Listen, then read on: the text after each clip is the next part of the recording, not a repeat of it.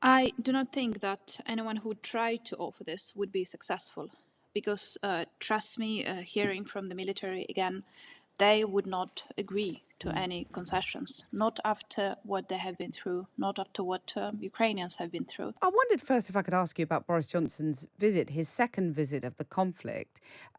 Do you welcome him? Are you pleased to see him again? Well, of course, and it was a rather surprise visit.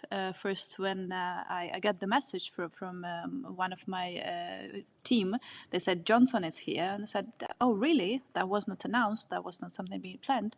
But then we have actually read on the news that it actually happened, and it was a rather pleasant surprise because we understand that the leaders of other countries do not come here empty-handed. They come to deliver some hopefully good news, and in this case the news about further military support to Ukraine are of course something that we expect very much and we appreciate very much as well. I'll come back to that in just a second, but I'm sure you're aware that the Prime Minister is under a lot of pressure back here in the UK. Do you worry that he might be sort of, in a way, using the conflict to try and boost his domestic standing here in the UK? I can understand the internal politics. We, on the other hand, do not have the luxury to get into that because for us, truth be told, the situation is pretty black and white. There are those who are helping us and there are those who don't. And we appreciate those who do for whatever reasons that is happening, even if it is because they are doing that for internal political reasons. But we are in a situation where we appreciate any type of help, truly. Very interesting point. So let's talk about the help that he's offering then, more military support and training and so on. Is it as much as you hoped? Would you like more?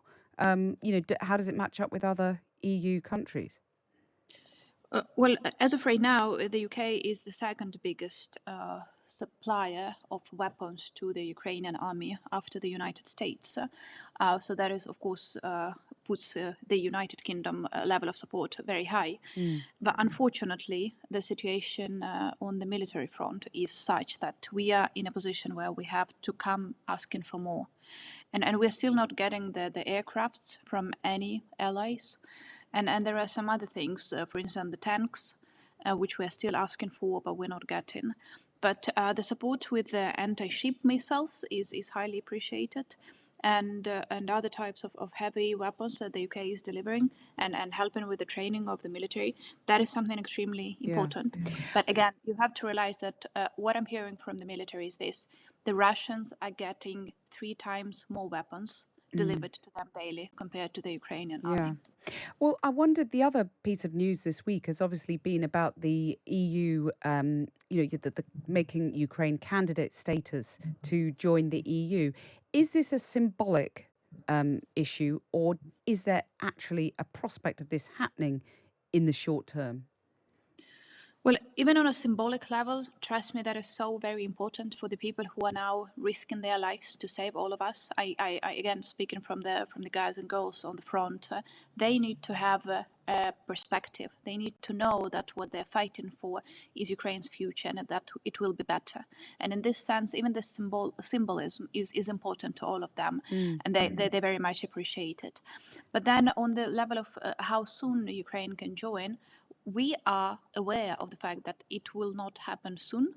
Yeah. And it will not happen automatically just because we are in the war and in a very dire condition. We'll have to fight corruption. We'll have to change our judicial system. We'll have to do many more changes in order to qualify for full-scale membership. And just We understand briefly, that. if I may just briefly, do you worry that the EU, particularly France, Germany, for example, might put pressure on you to sacrifice some of your territory in the interests of ending the war quickly?